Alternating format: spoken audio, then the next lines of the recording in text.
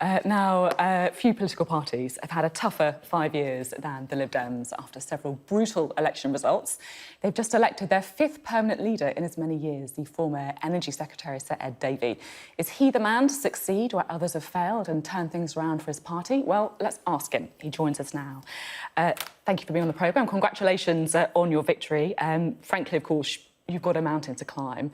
I'm going to start off with a question lots of our viewers might be asking. What exactly is the point of the Lib Dems?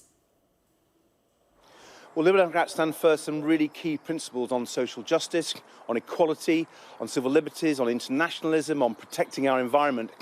But our message hasn't been getting over to people over the last few elections. And what I'm saying as the leader is the party needs to understand that. We need to wake up and smell the coffee, and we need to go out to the country, and we need to listen. And we need to understand why people don't think we're on their side. We need to understand why people don't think we represent their values. And that listening exercise is something I'm going to lead over the coming months. I started it on Friday in Stockport when I did a 3-hour lunch shift in a fish and chip shop and talked to the owners, Anne and Bob, talked to their staff, talked to their customers, and really began to understand the issues that they face, their problems, their fears, as well as their hopes and aspirations. And I think that listening exercise is the way that we can make ourselves relevant to people and rebuild. Relevant is the word. At the same time, though, others have tried before and failed. Tim Farron, Vince Cable, Joe Swinson. Why should you be any different? Well, my colleagues did sterling jobs, but it was a difficult environment. Obviously, the biggest issue of the day then was Brexit. We took a particular position. I've always felt that we needed to not just be a one-trick party, we need to talk about a whole range of issues.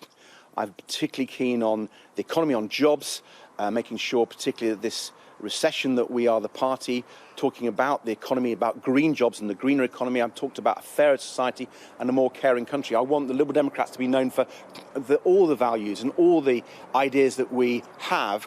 But before we start talking about our policies, I think it's very important that we listen and we shape our agenda with our liberal values, but we shape that agenda to the concerns and fears, hopes and dreams of the British people. So I'm not going to sort of lay out the policy agenda of the future. What I'm going to lay out is how I'm going to listen to people around the country, the whole country. So, you say you don't want to lay out a policy agenda, and I get that, you've only just been in the job, but at the same time, listening to you, these things are quite vague, I guess.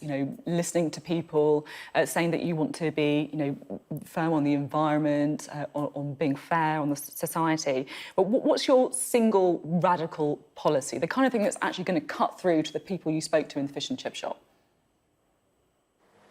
Well, Sophie, with respect, if I'm doing a listening exercise, it's not about one lunchtime shift in a fish and chip shop.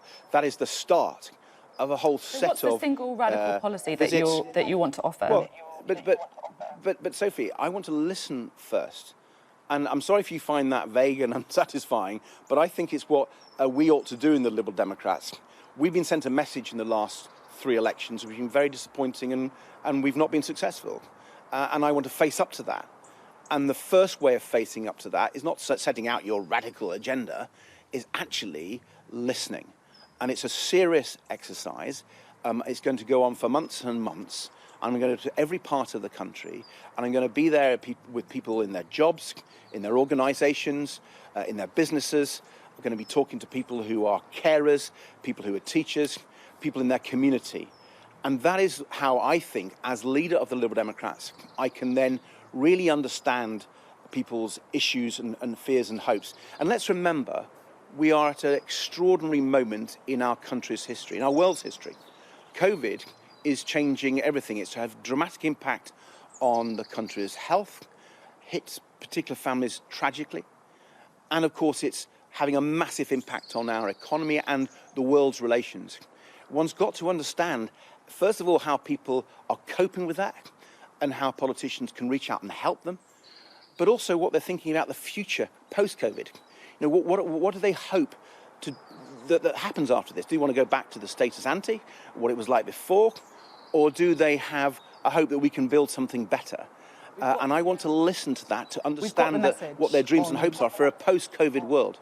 we've got the message on the listening exercise loud and clear. Now, in an interview today, David Frost, the UK's chief Brexit negotiator, has said the UK won't blink first in the negotiations.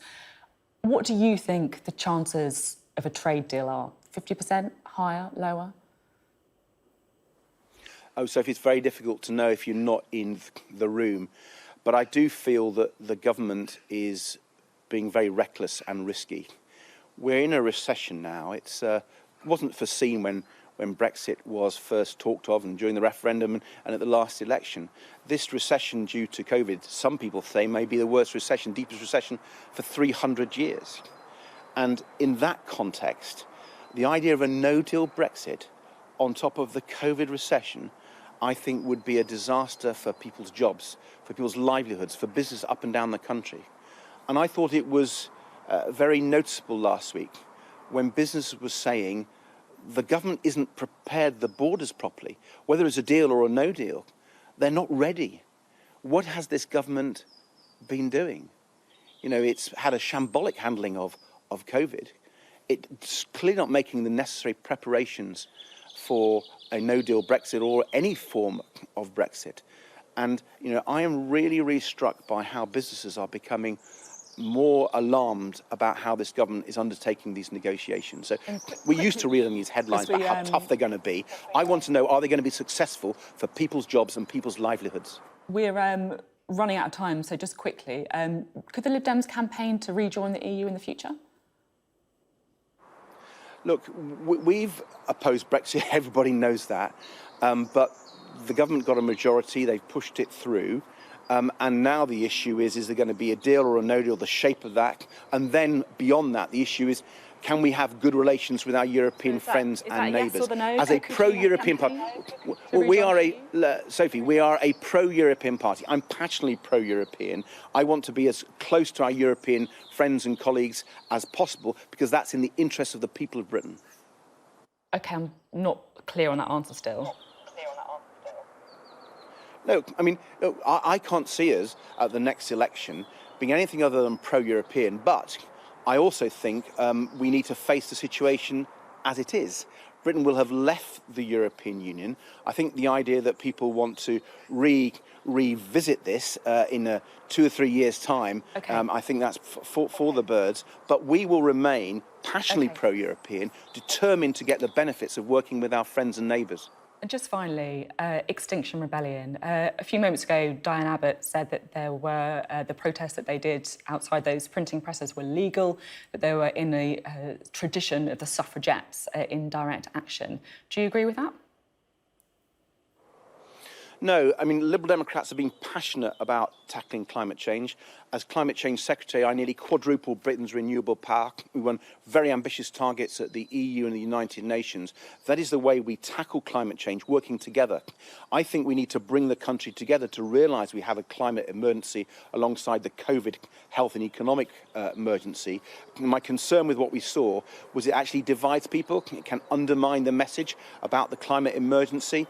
I fear when you damage the free press in particular, that is shooting yourself in the foot. You know, there was an interview with David Attenborough in one of those newspapers that didn't get distributed. David Attenborough is, you know, the environmentalist par excellence. He has a lot to say about climate change and how we protect our environment. I think stopping people reading David Attenborough is not a good message. OK, Ed Davey, thank you very much for being on the programme today.